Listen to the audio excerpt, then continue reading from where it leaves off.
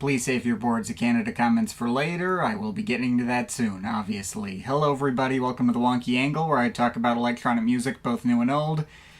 And today, I'm talking about the new EP from The Field, Now You Exist. Alright, I know we're all excited about that other thing that just dropped today, but I wanted to set aside some time to talk about the well-acclaimed Swedish ambient house producer Axel Willner, aka The Field. This is one of those artists who's been on my bucket list to check out more in depth for several years now, but I just never got around to it. I didn't really discover he was a thing until after he'd been out of the game for a little bit. But just earlier this month, he came out with an album-length EP to break an 8-year-long hiatus of new material, so I thought this was the perfect opportunity to finally catch myself up on his stuff. I had admittedly briefly considered to just save this for the next Some Stuff I Missed roundup, since it is just an EP, although eventually I just opted to give it its own video anyway, since this guy's work does carry a decent bit of historical importance, as well as just being consistently interesting enough to talk about in a regular video. This guy's got a very specific, recognizable style of combining, like, house and techno grooves with melted or chopped up sample mashups and occasional live instrumentation like guitars and stuff that all add up to particularly immersive and warmly uplifting, open-ended atmosphere. With lots of tracks that can maybe feel very simple initially, but evolve and change at a steady pace and find new ways to iterate upon their singular initial ideas to keep them exciting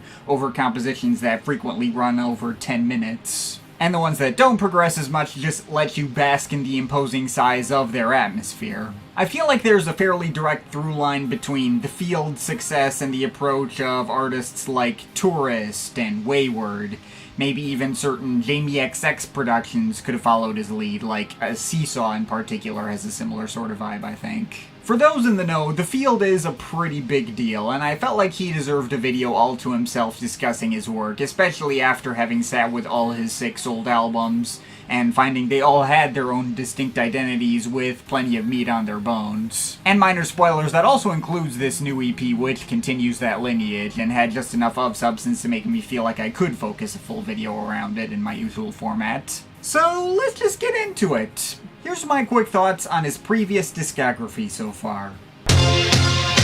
Alright, so I actually caught myself up on this one out of curiosity several months ago, without even realizing that a comeback was on the way, because this was the one that I had most frequently seen people talking about and bigging up as this all-timer of electronic music. And yeah, I pretty much got the hype for it right on first listen. Lots of airy and atmospheric house bangers with lots of stuttered sample chops that all feel really bright and uplifting, but also really comfortable and relaxed, and have the ability to form catchy and emotionally resonant tunes out of all the fragments. I can pretty much just confirm it's about as great as everyone says it is. I think it's my favorite of his albums overall, although it definitely benefits from my having sat with it for a few months longer than all the others. It might not actually be ahead by as much of a distance as you'd think. This album evolves his style into even grander and more epic territory, with perhaps some light post-rock influences.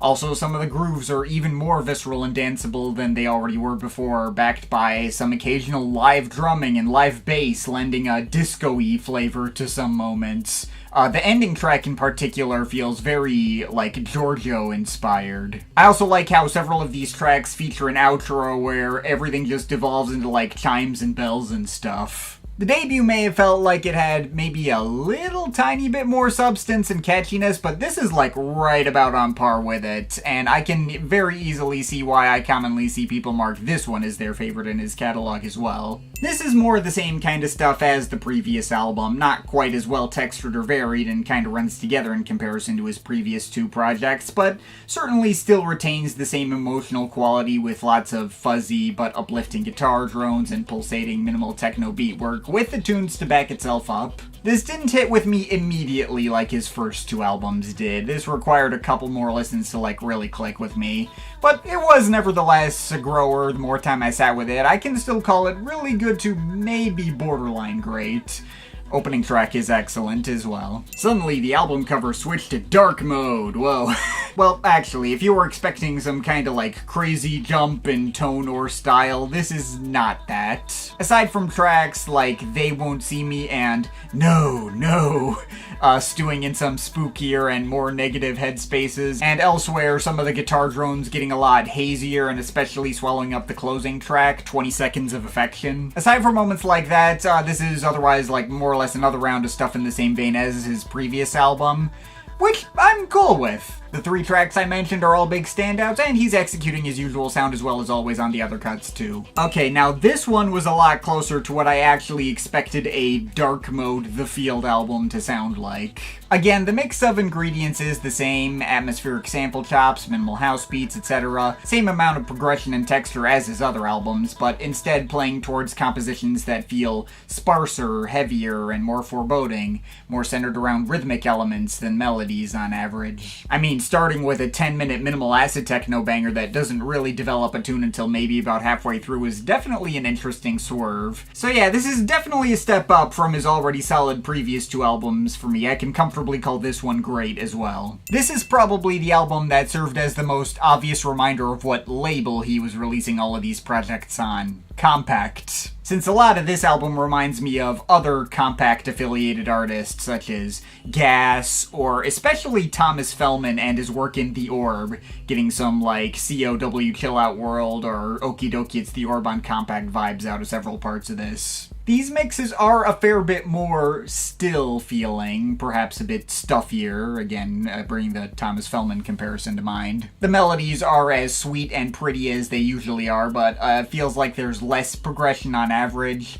which does in fact make the title feel all the more fitting. It's often like watching time stop and getting stuck in moments seemingly infinitely. Although the actual results were maybe a little more mixed for me than previous efforts, with some moments such as like the opener hitting a lot more than others, like the somewhat less interesting closer that did start to drag a bit by the end. This is probably my least favorite of his 6 main albums, but that is a testament to his quality, since this is very solid all the same. Which brings us to here. Yeah, I can pretty much confirm the hype for all this guy's stuff. I feel like some of those projects might need a little longer to further grow on me, but there's something to all of them to make them worth checking out independently of one another. Anyway, that takes us to this most recent project, which not only breaks a lengthy hiatus and is his first collection of new music since Infinite Moment came out back in 2018, it also marks a change in label away from his previous regular home of Compact and into Studio Barnhus. And it also has a completely different cover design from his usual fare. Instead of, the usual handwritten text on a blank background, we got an actual color image with like brighter greens and purples looking like a still from an old Windows Media Player visualizer, with the name and title just squished at the very bottom. Although despite the cover artwork breaking his usual traditions, the music itself very much feels prototypical of what you'd expect out of any new The Field album. Both in the sense that it sticks to all his usual sonic hallmarks with super huge sounding atmospherics, melting samples, and steadily building grooves, but also in the sense that he's never made the exact same project twice, and no single project of his makes like a different one redundant. And also in the sense that, despite technically being an EP, the only thing qualifying it as such is having exactly 1 fewer track than a regular album of his would. Most of his albums have around 6 tracks and run on for about an hour, and this one has 5 tracks and runs on for a little over 40 minutes. Which is, frankly, enough to just treat as a regular album if you so felt like it. Would it be nicer if it had that 1 extra track and felt more album-like? Yes, it definitely feels that bit more scant than a regular The Field album. But also that might be the closest I have to like a real tangible criticism of this thing. It kind of just left me wanting a little bit more. All 5 of the tracks here are really damn good and hit on close to an equal level. There are a couple tracks that incorporate a semi-new flavor that hits a little more for me, which is vocal samples that seem to leave their full lyrics intact. Regular sampled singing that isn't either wordless texture or edited into fragments. While the lyrics themselves aren't necessarily essential or even, easy to make out what they're saying, their addition even furthers the emotional depth of these mixes in a way that feels like another fresh take on his usual sound. Two of the 5 tracks incorporate this kind of element in the most obvious way. First, there's the opener, In Our Dreams, which cuts between massive cloudy synth chords as a foundation to build on minimal, mildly 80s flavored house drum machines and melancholic female voices that sort of vaguely remind me of the Bonobo track, All in Forms. It's pretty much just one big crescendo, but it gets really impressive and monolithic by the end with all sorts of synth strings swirling around as well. There's also Another Day, which provides one of the comparatively more low-key mixes on the album, which, isn't saying that much since it still builds up to roughly as big a climax as all the others. But, for the first half of the track, it's got all these glassy synth chords playing over fairly simple 7/4 beats. It's just, going 4/4 and then skipping every 8th beat. And then you get, some humming sample periodically echoing out way in the background. But for the second half of the track, the crescendo briefly, starts over from scratch, and then as the mix builds up again, the most intelligible vocal samples on the project are introduced. This really despondent-sounding singer from, some kind of old, early 70s ballad or something, wondering, what should I tell them? What should I do? It's absolutely lovely. That might be my favorite track in the bunch, although, again, it's very close. The closer and title track also comes close to incorporating a similarly untouched vocal sample that has, a little more cleaner 90s-ish flavor to it with some neat guitars to go alongside it, although those vocals are mostly, cut up and stuttered in a way that more closely resembles the kind of stuff he did on his debut. It's also a pretty good candidate for the best track here, and the climax of that one definitely feels like a satisfying way for this whole experience to go out. The remaining 2 cuts on the album are admittedly not quite as dynamic or well detailed as those 3, but I still really like them. I guess my least favorite track on this EP is the longest track, 333706, just because it pretty much locks into one single groove and doesn't really develop on it in the same way the other tracks here do. And that one groove is probably the most simplistic one as well. Just kind of a simple drum machine beat over one monolithic chord that maybe goes down a minor second and then back up sometimes. But on the other hand, the actual crescendo of that track probably reaches the single most intense height of any track on here by the end, so that's still pretty dang epic. And that leaves Hey Baby, which neither has a ton of progression nor that epic a crescendo, but the drum machine loops on that one keep, shuffling around in interesting ways, creating odd meters that never seem to repeat, the exact same pattern twice, especially over the first half of the track, before the synth chords build back up to the more spacious kind of atmosphere much the project focuses on, and the groove locks back into a traditional 4/4 pulse. Still managing to find a unique way to stand out. So yeah, that's everything to go through on Now You Exist. In one breath, if you're already a long-time The Field fan, this isn't going to exactly, redefine what to expect out of the guy. It plays to the exact sound you would want. But once again, he still finds enough ways to keep the formulas fresh and prevent anything from being made redundant by earlier classics. It's obviously not as big of a home run as those first 2 classics. I think I also prefer The Follower over this as well, for feeling even more out of the box by his standards. But I do think I actually like this project a little more than Cupid's Head and Looping State of Mind. Those albums may have given me more to chew on, but this one features a track listing that both feels more consistent and has less redundancy. Again, I enjoy the 5 tracks here on a roughly equal level for their own reasons. And yeah, I think this comfortably lands in the lower end of great territory. While there are still a solid handful of full albums that I have enjoyed more so far in 2026, this is definitely one of the better projects I have heard so far this year. I feel like this could be a pretty easy honorable mention on my year-end list.